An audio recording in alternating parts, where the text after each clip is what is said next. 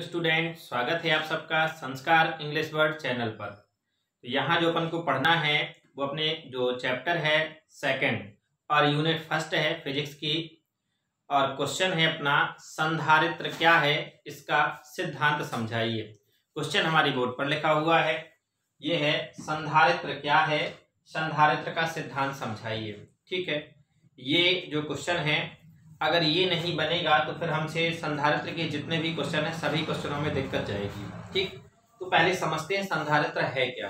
तो हेडिंग डाली अपन ने संधारित्र, और संधारित्र की डेफिनेशन है कि संधारित्र एक ऐसी युक्ति है जिसके द्वारा किसी चालक के आकार व आयतन में बिना परिवर्तन किए उसकी धारिता को बढ़ाया जा सकता है। ठीक है, वही डेफिनेशन अपन ने जो बोली है यहां लिखी है कि संधारित्र एक ऐसी युक्ति है जिसके द्वारा किसी चालक के आकार व आयतन में बिना परिवर्तन किए उसकी धारिता को बढ़ाया जा सकता है।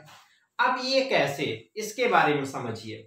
जैसे आप लोगों के घर में, सभी के घर में, लगभग प्रत्येक बच्चे के घर में ऊपर वाला पंखा तो होगा। ठीक है, सब बच्चे के घर में ऊपर वाला फैन क्या है जो चलता है, हवा आती है जिससे, वो होगा। अब हो क्या जाता है कि कभी कभार स्टार्टिंग में जब नया आता है तब तो वो अच्छी हवा देता है, लेकिन कुछ दिन बाद वो खराब हो जाता है। खराब होने का मतलब डायरेक्ट मतलब धीमा चलने लगता है। तो घर के लोग या मिस्त्री को बुलाते हैं तो लोग क्या बोलते हैं, उसको देख करके बोले इसका कंडेंसर खराब हो गया है, और कंडेंसर उसमें क्या कर देते हैं, लगा देते हैं। तो पंखा क्या हो, दूसरा वाला लगा देते हैं चेंज करके, तो पंखा क्या होता है, पहले के जैसा तेज चलने लगता है। तो जो कंडेंसर है इसी को तो हम हिंदी में संधारित्र बोलते हैं।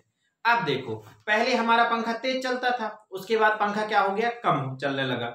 फिर हमने ना तो पंखे के आकार में परिवर्तन किया, ना पंखे के आयतन में परिवर्तन किया। जहां पुराना वाला जो कंडेंसर था यानी संधारित्र था, उसकी जगह पर एक नया लगा दिया, उसको निकाल करके नया लगा दिया, तो और पंखा तेज चलने लगा, यानी धारिता उसकी बढ़ गई। तो समझ में आ गया होगा आपको संधारित्र है क्या। तो संधारित्र एक ऐसी युक्ति है जिसके द्वारा किसी चालक के आकार व आयतन में बिना परिवर्तन किए उसकी धारिता को बढ़ाया जा सकता है। अब बात करना है सिद्धांत की कि संधारित्र का सिद्धांत क्या है। तो समझिए, करना है जब संधारित्र का हम सिद्धांत समझेंगे तो संधारित्र का काम है धारिता को बढ़ाना। ठीक है, तो समझना है, इसमें हमने ये दो प्लेटें ली, केवल आपको समझना है, अच्छे तरीके से पूरा बन जाएगा। ये दो प्लेटें ली, ये मान लीजिए अभी हमारा चित्र ए है, समझना ये क्या है, ए। चित्र का नाम दिया हमने। चलिए इसमें हम दो चित्र बनाएंगे आपको समझाने के लिए, चित्र ए और एक और आगे बनेगा चित्र बी। ठीक है, और इसमें दो प्लेटें ली हमने, एक ए। ठीक है, स्टार्टिंग में हमने क्या लिया, ए, और ए हमारी पृथक्कृत चालक प्लेट है। मतलब पृथक्कृत चालक प्लेट का मतलब है अभी इस पर कोई आवेश नहीं है। ठीक, तो ए हमारी क्या है, पृथक्कृत चालक प्लेट है। और इस प्लेट को हमने प्लस क्यू आवेश दिया, समझते चलना है। इस प्लेट को हमने प्लस क्यू आवेश दिया, और जब प्लस क्यू आवेश दिया तो फिर ये क्या हो गई, आवेशित हो गई, मतलब इस पर आवेश हो गया। तो इस प्लेट पर कौन सा आवेश होगा, धन आवेश। और आवेश जो धन आवेश होगा ये दोनों जगह होगा ना, इस साइड और इस साइड। क्लियर। अब इस प्लेट ए के पास एक प्लेट बी लाते हैं, क्या लाते हैं, एक प्लेट बी लाते हैं, और जो प्लेट बी है ये अनावेशित है, मतलब इस पर कोई आवेश नहीं है। तो ये अनावेशित चालक प्लेट बी को हम प्लेट ए के पास लाते हैं। ठीक, तो होता क्या है कि प्रेरण के दौरान, किसके दौरान, यहां लिखे जा रहे हैं आपको समझाने के लिए, प्रेरण के दौरान ये कहलाता है निकटवर्ती तल। इस साइड वाला तल इसके लिए कहलाएगा निकटवर्ती तल, और इस साइड वाला ये तल कहलाएगा दूरवर्ती तल। समझ में नहीं आ रहा तो आपको बताए दे रहे हैं, ये लिखा अपन ने निकटवर्ती तल, और इस साइड वाला ये कहलाया अपना दूरवर्ती तल। ठीक है, तो निकटवर्ती तल पर समझना, इसका जस्ट अपोजिट होता है। यहां अगर धन है तो निकटवर्ती तल पर ऋण आवेश उत्पन्न हो जाता है, और दूरवर्ती तल पर धन आवेश उत्पन्न हो जाता है। बात समझ में आ रही है।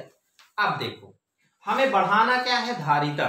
तो पहले आपको धारिता का सूत्र बता दें, तो यहां लिखे जा रहे हैं कि धारिता बराबर ये होता है आवेश और बटे का विभव, आवेश बटे विभव। तो धारिता हमारी कब बढ़ेगी, जब हमारा विभव क्या होगा, कम होगा।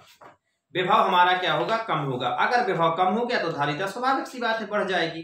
तो समझो यहां तक आ जाने के बाद क्या पहुंचे अपन कि चित्र ए में ए एक पृथक्कृत चालक प्लेट है जिसे प्लस क्यू आवेश दिया है और उसके पास में एक अनावेशित चालक प्लेट बी लाने पर प्रेरण के दौरान प्लेट बी के निकटवर्ती तल पर ऋण आवेश व दूरवर्ती तल पर धन आवेश उत्पन्न हो जाता है। क्लियर।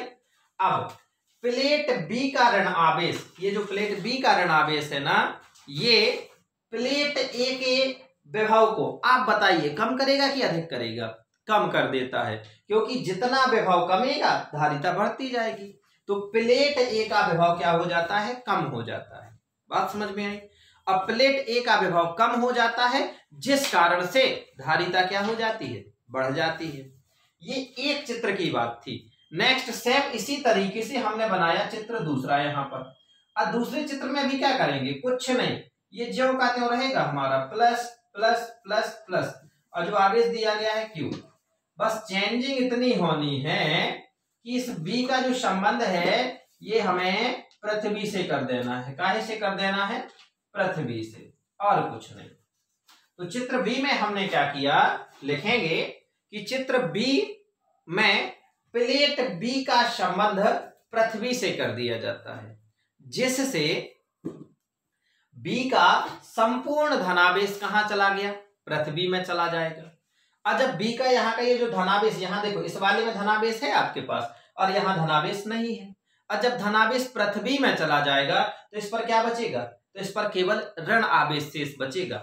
यहाँ तो ऋण और धन था, दोनों थे, तो इस ऋण ने इसके विभव को क्या कर दिया था, कम कर दिया था, जिस वजह से धारिता बढ़ गई थी। और यहाँ तो टोटल क्या बचा है, अब केवल ऋण आवेश बचा है, जिस कारण से प्लेट ए का जो विभव है ये और अधिक कम हो जाएगा। और प्लेट ए का विभव और अधिक कम हो जाएगा तो स्वाभाविक सी बात है कि धारिता क्या हो जाएगी, बढ़ जाएगी।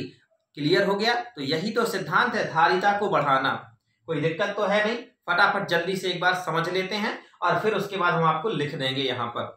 तो देखें चित्र ए में ए एक पृथक्कृत चालक प्लेट है, क्लियर हो गया, जिसमें प्लस क्यू आवेश दिया गया है और एक प्लेट बी जो कि कैसी है, अनावेशित, इसे ए के पास लाने पर प्रेरण के दौरान प्लेट बी के निकटवर्ती तल पर ऋण आवेश व दूरवर्ती तल पर धन आवेश उत्पन्न हो जाता है। क्लियर हुआ। प्लेट बी का ऋण आवेश प्लेट ए के विभव को कम कर देता है जिससे धारिता बढ़ जाती है।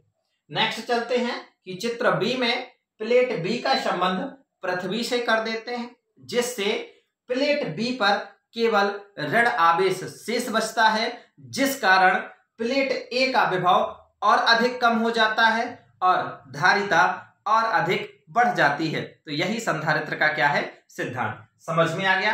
अब लिखे जा रहे हैं आपके सामने जो अभी हमने आपको समझाया और वो हमने यहाँ पर क्या कर दिया, लिख दिया। ये आपका डायग्राम बना हुआ है, पूरा चित्र वही, और यहाँ से पूरा जैसा बोला था ज्यों का त्यों ये लिखा है। तो स्क्रीनशॉट ले लें और लिख लें, ठीक है। जैसे क्वेश्चन है अपना, संधारित्र क्या है, संधारित्र का सिद्धांत समझाइए। तो ये है पूरा क्वेश्चन, जैसा लिखा है उसका पूरा सॉल्यूशन ये है। क्लियर हुआ। तो इस तरीके से कंप्लीट है हमारा क्वेश्चन, और पढ़ते रहना है, मुस्कुराते रहना है, और अगर जिसने चैनल को सब्सक्राइब नहीं किया है कर देना है। नेक्स्ट क्वेश्चन के साथ आपसे मुलाकात होगी। जय राम जी की।